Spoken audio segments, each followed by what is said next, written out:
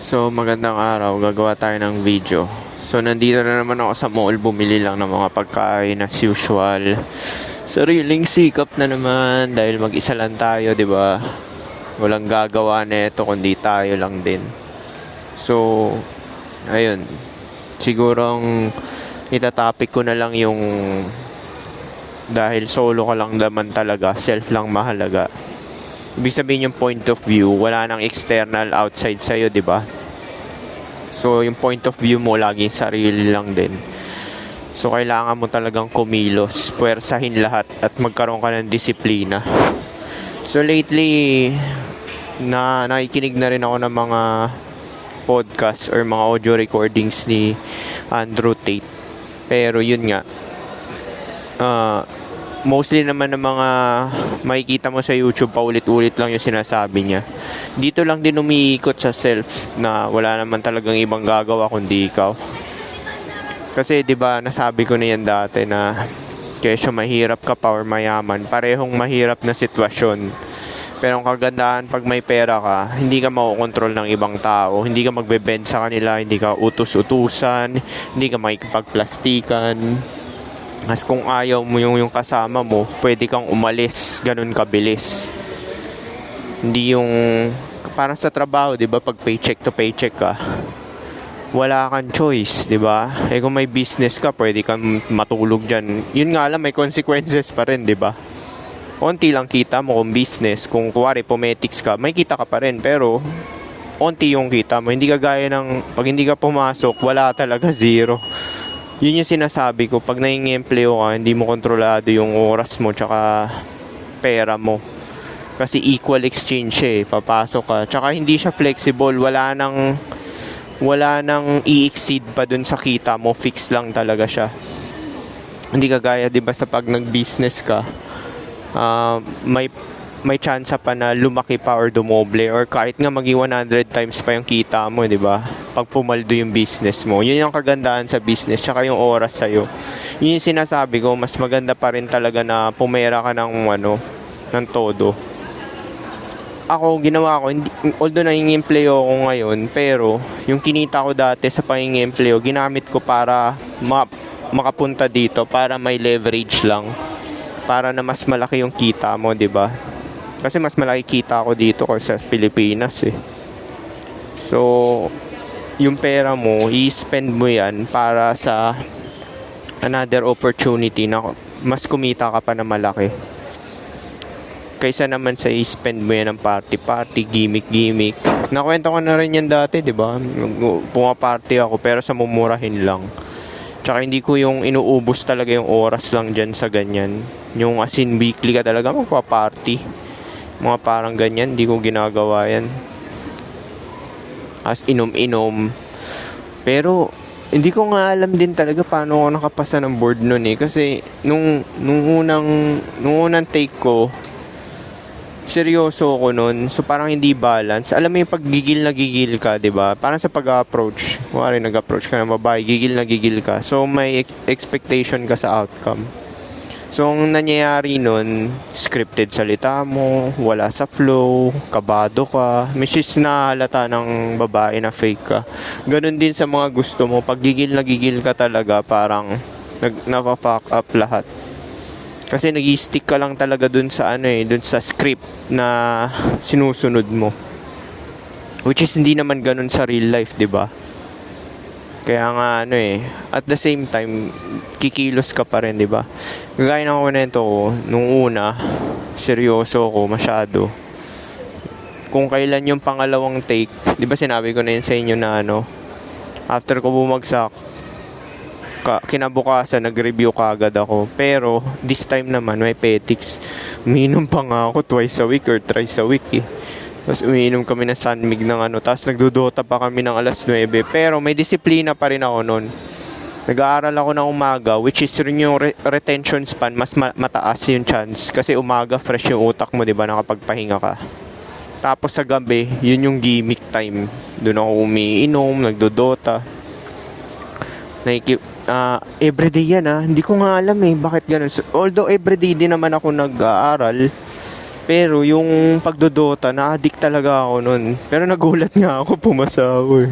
Sabi ko, kung kailan balance yung ginawa ko, doon ako pumasa. Kasi hindi ka nag-e-expect, parang ini-enjoy mo yung proseso, di ba? Ganyan din, pinersa ko rin yan. Di ba sinabi ko, hindi ko naman gusto tong profession ko. Pero wala pang internet money kasi dati. Hindi kagaya ngayon, di ba? May mga casino. Meron nga ako subscriber, online casino. Pero ganun din, hindi niya matutuklasan yun kung hindi sa kakilala niya, di ba? So, kung ano na lang talaga mag-work sa'yo, di ba? Yun yung gagawin mo. Wala pang internet money nung panahon ko eh. Mas matanda pa ako kay Bugoy, tsaka kasi mga gago, baka edad ko lang sakto yan. O bata pa sa akin na 1 taon. Bata sa akin na 1 taon yun. Alam ko 87 yun eh. Kasi makagago eh. So 1 taon lang yung pagitan namin. Pero wala pang internet money nun, no? Yan si mga gago, parang 3 years lang yan to 4 years talagang nag-boom eh, or 5 years. Pero ganun pa rin, it takes longer time. Preparsahin mo talaga lahat. Sabi nga ni Andrew Tate, di ba? Hindi mo matutuklasan yung magwo-work sa'yo kung hindi ka disiplinado. Kahit ayaw mo talaga mag-aral, ayaw mo kumilos, ayaw mo mag-training, preparsahin mo talaga yung katawan mo. Para umano. Kasi wala talagang gagawa niyan eh. Ikaw lang din talaga eh. Kasi kung gusto mo talaga ng yumaman ka, pumaldo, paghihirapan mo talaga, walang easy money talaga. Hindi ako naniniwala dyan. Wala talagang easy money. Kahit sabihin mo online, monitor mo yan, kukumbinsi ka, check mo ng although, mas maganda yung ganun pero busy ka pa rin. 24/7 yan eh. May notification dyan sa mo, sa cellphone mo. Tsaka, minsan gigisingin ka. Kasi di ba minsan nagkaroon din kami ng business na parang taxi dati. As in, biglang masisira, nahuli ng traffic enforcer.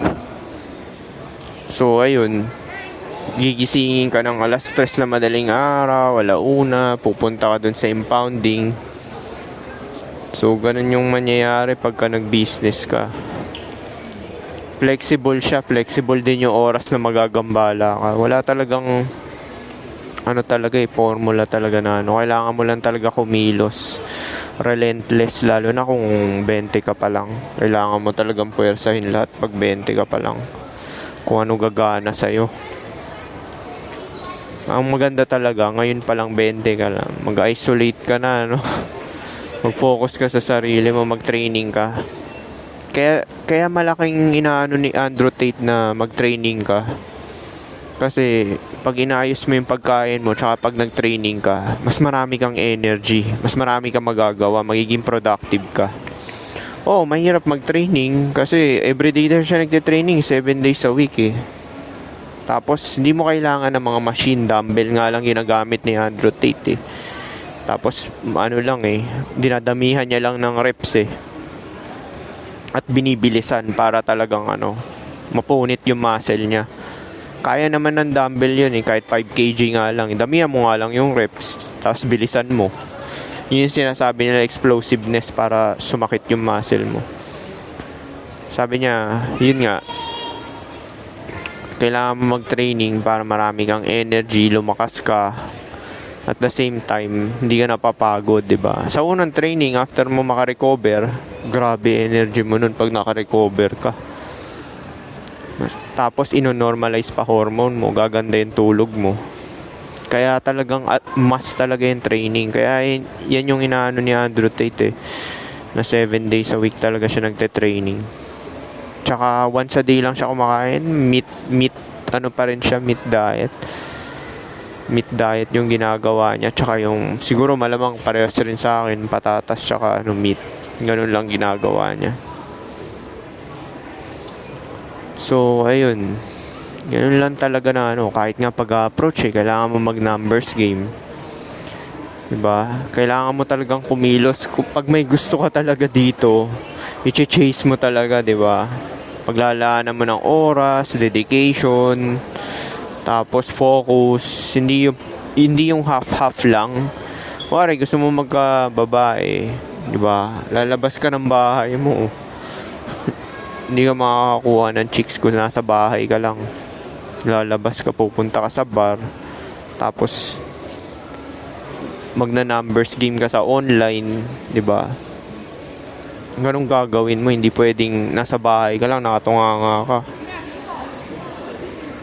Wala kang resulta kung nasa bahay ka lang, 'di ba? Wala kang makukuhang chika bebe. Pati yung sa palengke nga lang, magna-numbers game ka, may makita kang babae doon, alukin mo lang yung babae, sabihin mo na ganyan. Ganun lang gagawin mo. Kailangan mo mag numbers game talaga. Dati ko pa ginagawa yan, pero nag-rely ako dati sa online kasi nga syempre prime ko yun eh. Malamang mas marami ako na ma-match nun, di ba? Although ngayon sa Pilipinas marami pa rin naman ako na ma-match, yun nga lang pahirapan i-meet, di ba? Syempre may mas bata pa sa iyo eh. Tsaka alam mo naman yung pakay nila pagka siyempre iniisip nila may edad ka na. Iniisip nila financial security. Ganun lang naman yun eh. At the back of their head, di ba? Pero hindi naman ako naniniwala na 100% na ganun. Naniniwala pa rin ako sa polarity. Kasi sa mga, alam mo paano ko nasabi yan? Hindi ako nagsisinungaling sa edad ko. Sinasabi ko talaga yung age ko. Kahit sa mga katrabaho ko, hindi ako sisinungaling eh. Pero mapapansin mo, meron pa rin talagang mga babae na 23, 22, 24 papatol sa'yo kahit 30 ka na, 35, 38, ganyan. 37, 39 na nga ako, pinapatulan pa ako ng 22, 23 eh. Kasi, di ba, bukod sa looks mo, hanap nila talaga yung pinaka-best na option nila eh. Siyempre, kung overall ka na tao, tapos may masculine traits ka pa, which is rare na ngayon, di ba? Mostly ng mga lalaki na yun, under-servidor. So, anomaly ka, di ba? Makikita ng babae, teka, may kakaiba sa kanya. Bakit ganito siya kilos niya? Less effort, tapos hindi na... tapos may isang salita. Siyempre, anomaly ka, di ba? Tapos hindi mo tinotolerate yung game, yung mind game na sinasabi natin. Kaya maganda talaga mag-straight to the point ka eh. Kuwari, sa dating app, gagawin mo lang, makipag-set up ka lang sa babae para makipag-meet up. Ganun lang gagawin mo, meet lang talaga. Tapos pag maraming mga explanation, rason-rason kung bakit ayaw yung makipag-meet is move on ka na, ganun lang. Meron kasi mga lalaki sinusuportahan pa nila yung ganun eh. Hindi nila kasi alam yung game eh. Kasi kala nila, pag may gustong-gusto talaga sila na isa, i-win nila yon. Gagawin nila yung pagsisimp, bigay-bigay. Ang lang talaga, 100% cooperation from the jump. Kuwari, niyaya mo lumabas, ayaw. Di wag na, move on ka na. Hindi mo na makukonvince yun. Sure, makukumbinsi mo siya, pero yung resistance nandun pa rin talaga sa loob ng relasyon. Hindi papalya yan, promise. Naranasan ko rin manligaw first girlfriend ko, diba? Sinabi ko sa inyo, siya nagturo talaga ng game sa akin kasi hindi talaga ubro yung mga panliligaw na yan. Laging puro resistance yan. Puro resistance talaga yung mga panliligaw na yan. Nung nagbar ako, tapos nakikipag-meet up ako dati sa mga Bulacan pa nga yun, ang layo eh. Yun din yung mali ko eh, kasi program pa rin ng babae yun eh. Although bibigyan ka niya ng SCX kasi gustong gusto ka niya, pero pa rin niya. Pero pwede may flip yun kasi gusto ka na nga niya, binigay niya ng una eh. Tapos pagka ganun, babae rin talaga magtuturo sa'yo, kailangan talaga exposure eh. Sabi ko, naranasan ko to, may nakipag-on sa akin ng ganyan, ganun kabilis, tapos yung meron pang shota, diba? So sabi ko, hindi ko pala dapat gawin yung mga panliligaw na yan, tsaka friendship na yan. Kaya doon namulat ako kasi biruin mo, exposure lang talaga, diba? Experience. Pero syempre, sinishare ko to sa inyo para hindi nyo na maranasan yung pinagdaanan ko, diba? Shortcut na nga ito eh. Biruhin mo, marami na rin nakapagpatunay niyan, diba? May message mo ng direct, tara meet tayo for ganito. Oh, meron naman talaga eh. Kasi ang isipin mo lang talaga sa babae is kung gusto ka or hindi eh. Doon lang talaga ano eh. Doon din talaga pupunta eh kung gusto ka or hindi. 'Di ba may kasabihan nga, pag ayaw ka maraming rason, pag gusto ka mabilis. Napaka-easy talaga pag gusto ka. Kahit nga wala kang pera eh, kung SEX lang habol mo, 'di ba? Kung SEX lang habol mo, wala kang pera, eh, hindi naman kailangan ng pera dyan. Siguro mag-ipon ko na lang pang check-in.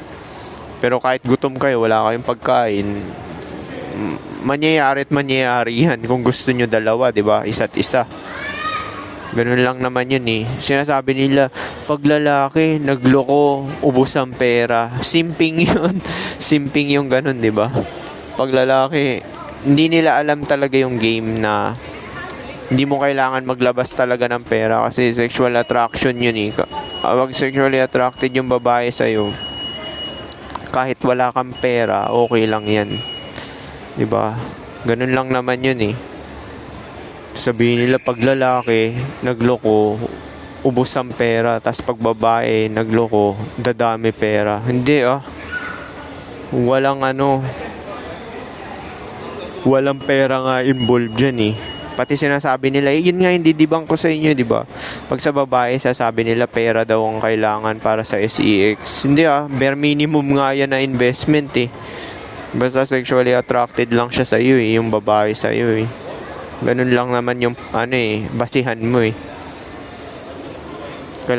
Tapos ito pa isang kalokohan nila, kailangan daw emotionally attached daw or involved daw yung babae para ibigay daw yung pussy niya. Ano yung ons? Ano yung ons, 'di ba? 'Di ba sa ons gusto ka lang niya physical tsaka yung demeanor mo, behavior mo. Kasi 'di ba sinasabi nila sexual attraction is demeanor tsaka yung yung looks mo, looks tsaka behavior mo, 'di ba? Looks and behavior, yun lang naman yung sexual attraction. So mapasa mo yung dalawa na yun, mangyayari ang SEX, hindi mo na kailangan ng pera, hindi mo na kailangan ng emotional investment. Now, yan ang delikado, yung emotional investment. Huwag mong gagawin yan. Kaya nga sinasabi ko, mag-direct kayo eh. Ida-direct mo lang talaga siya. Sabihin mo na agad yung pakay mo na SEX lang para expectation niya, yun lang talaga. Hindi mo na kailangan magsinungaling na mini-message ka na mini-message paulit-ulit. Tapos sabay hindi ka nagre-reply, maiinis siya dahil sinungaling ka eh, kasi binibigyan mo siya ng ng pahiwatig na magiging boyfriend mo or shota, 'di ba? So ganun mangyayari yun, maiinis sa yung babae. Yan yung wag na mong gagawin, kaya wag kayo makipag-chat sa babae, makipag-usap ng personal, kasi pag na-emotionally attached siya, nako, pagka dinispatcha mo yan, tapos niloko mo siya, nagsinungaling ka, yun lang pala habol mo. Malas mo. Sususian niya yung mo, kotse mo. Baka nga ipakulong ka pa eh. Sabihin, niloko mo siya eh. Which is totoo, may grounds din naman talaga na pwede ka ipakulong kasi niloko mo siya eh. Diba? Kung nag-direct ka, diba? Yun lang talaga habol mo, sinabi mo from the jump. Which is naranasan ko yan, yung mga naka-ons at FUBU, diba? Yung mga ons at FUBU. Yung mga naranasan ko dati na ganyan is hindi kami nag-chat. Magme-message lang pag magkikita. Tapos 30 minutes lang. Now, yan yung sinasabi ko mali sa mga Pinoy kasi hindi nila alam game eh. Nag-o-overnight pa. Diba? Hindi mo kailangan mag-overnight kasi another non-sexual attention na naman yan eh. Babae, mag-i-invest na naman ng emotion dyan eh. Mapa-fuck up ka lang talaga. Hindi mo naman dapat gawin yan, di ba? Purely SEX lang talaga gagawin nyo. Wala na kayong gagawin na iba. Ano lang gagawin nyo? Wala na kayong gagawin na iba. Purely SEX lang talaga. Hindi mo kailangan na utu-utuin yung babae, chat-chat, usap-usap, tapos igala-gala mo. Yan kasi maling paniniwala ng lalaki. Kailangan mo igala yung babae, usap-usap. Naku, hindi. Kailangan sa unang meet nyo pa lang, sabihin mo na yung interest mo talaga, 'di ba? Kung ano yung pakay mo, tapos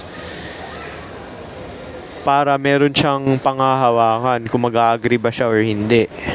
Mostly kasi lalaki, indirect. Doon ka na mafa-fuck up niyan, di ba? Kasi nagsisinungaling ka eh. At least walang expectations yung babae kung dinirekta mo na na yun lang talaga pakay mo. Actually, automatic na nga eh. After nyo ng action, aalis na siya ng kusa agad.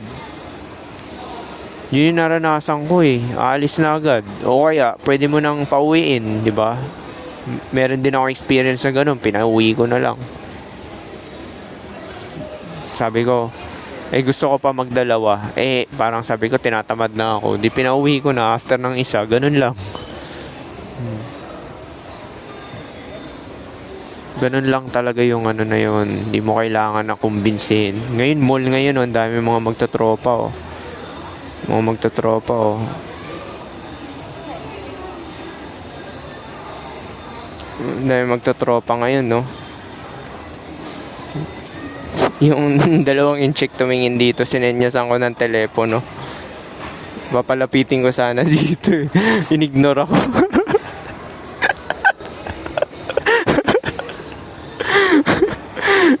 Inignore ako, Inignore ako ng dalawang yung check kasi sabi ko, kala ko kasi tumitingin dito eh. Di sinenyasan ko ng telepono ko habang gumagawa nito. Inignore ako eh, no? Kala ko kukunin niya yung number ko eh. Hindi naman niya kinuha. Kala ko. So, meron pa dito isa. Merong sa kaharap ko, merong hawak na aso. Marami talagang tao dito. Yung iba naman, mag-ano naman, pag-ala-gala. Pero mostly dito, mga taken na, may mga shota na talaga. Naglalakad, makikita mo lang single, mga bata. Which is obvious naman talaga, kaya ayoko lapitan eh. Kasi obvious naman talaga sa itsura eh. Dahil yung mukha talaga eh, bata pa talaga eh. Obvious na obvious, kaya hindi ko na nilalapitan. Pag sa trabaho, yung mga nursing student, di ba yung mga nursing student, makikita mo yung mga nursing student. Pwede niya yun, kasi nga, pag nursing student ka, 19 ka na nun, 19 pataas, or 21, mga ganun. So, hindi mo na kailangan magtanong kung ano edad niya, kasi matik na yun. Basta estudyante.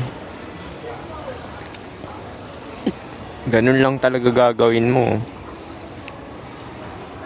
As if naman, kuwari, kahit anong edad mo, wala ka namang ibang choice din talaga eh. Ano pa choice mo? Di mga ganun, 21, 19 hanggang 25, kasi sila lang talaga yung bakante. Mga hindi pa nakukuha, hindi pa napapouch, hindi pa naaanakan, di ba? Yun yung malaking age group talaga na Kaya minsan napapaisip ako eh. Wala ka rin gano'n talaga. Marami kang choice kasi pwede ka mag-approach, di ba? Kung lalaki ka, yun yung kapangyarihan mo mag-approach, di ba? Pero yung age na mahahanap mo, limitado. Kaya mapapansin mo yung mga lalaki na pupunta sa mga ganong edad. Kasi nga, yun lang talaga yung bakante. As if naman may choice ka, di ba? Kung gusto mo mag-reproduce, yun lang talaga yung age bracket na anuhin mo. Wala ka naman 40, 45, 50.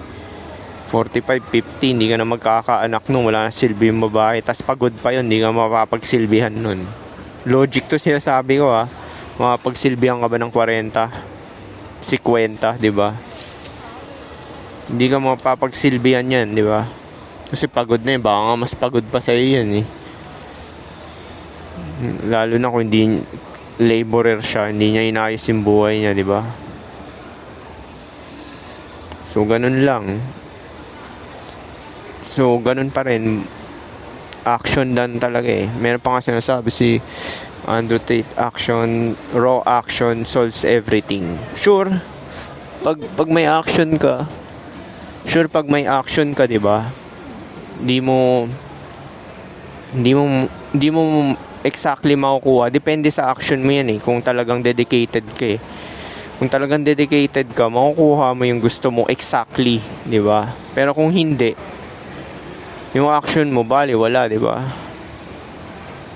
May makukuha ka pa rin, pero hindi exactly talaga na yung gusto mo kasi nga, hindi mo pinaglaanan ng oras, hindi mo attention, focus, tsaka hindi mo binigay yung best mo.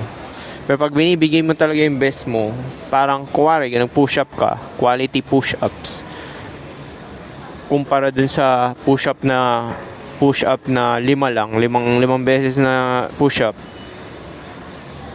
So tingin mo, sino magkakaroon ng resulta? Yung 20 na push-ups o 5 push-ups? Sino magkakaresulta nun, di ba? Siyempre yung 20 na push-ups. Common sense yun, di ba? So, ano ba ang kailangan sa push-ups? Energy mo, pagkain, tapos yung disiplina mo na gagawin mo yan everyday, yung pagpo-push-ups na 20. Di ba? Kung 5 lang yung push-ups mo. 5 lang yung push-ups mo, 'di ba? Wala. Nagsayang ka lang ng effort. Minsan iisipin nyo rin yung effort mo, dapat quality yung effort mo, hindi yung parang half-half lang. Kasi kung half-half lang, hindi mo binigay yung best mo, wala ring kwenta, 'di ba? Sinayang mo lang yung oras mo, panahon mo. Kaya nga sinasabi, mahalaga lang talaga manalo eh. So paano ka manalo? Gawin mo yung best mo, di ba? Gagawin mo na lang talaga yung best mo. Hindi yung half-half lang. Kasi kung half lang, half na result lang din yung bibigay sa'yo. Hindi mo makuha yung resulta na gusto mo talaga. Exactly na resulta. Kasi nga sinabi nga ni Andrew Tate, di ba? Raw action solves everything.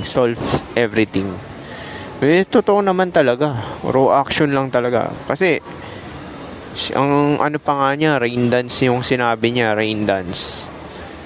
Sa rain dance, lalabas ka ng bahay, magda-dance ka, gagawa ka ng action para umulan, di ba? Kaso, hindi ka sigurado kung uulan, di ba? Pero, at least may ginawa kang kilos, di ba? Kaysa yung wala. Kaysa nag-antay ka lang pero hindi ka kumilos. So yun yung parang sample niya. May point naman din talaga yun. Kung hindi ka kikilos, nakatunganga ka, wala talagang biyaya. Alam na yan, sinabi na yan ng nanay ko. Kaya pala nakita ko yung nanay ko, napaka-workaholic eh. Kilos siya ng kilos. Sabi ko, yung nanay ko, mahilig siya kumilos, no? Parang hindi siya napapagod. Ganun pala talaga pagka adult ka na, no? Pagka matanda ka na, naisip mo na talaga, yan yung ipipani mo eh, na wala talaga tutulong sa'yo, ikaw lang din talaga. Tapos, ang mangyayari niyan, mapipilitan ka. Keso ayaw mo, wala kang feelings, di ba? Feelings mo, hindi mo feel kumilos. Kailangan mo talagang kumilos, 'di ba? Ganun lang talaga. Kailangan mo talagang kumilos. Kasi walang gagawa niyan kundi ganun pa rin. Isa pa rin talaga yung principle niyan eh. Self pa rin talaga eh. Pabalik pa rin talaga yun sa'yo. Self pa rin talaga, 'di ba? Doon lang talaga iikot lahat eh. Kasi nga, lahat ay ikaw. Peace.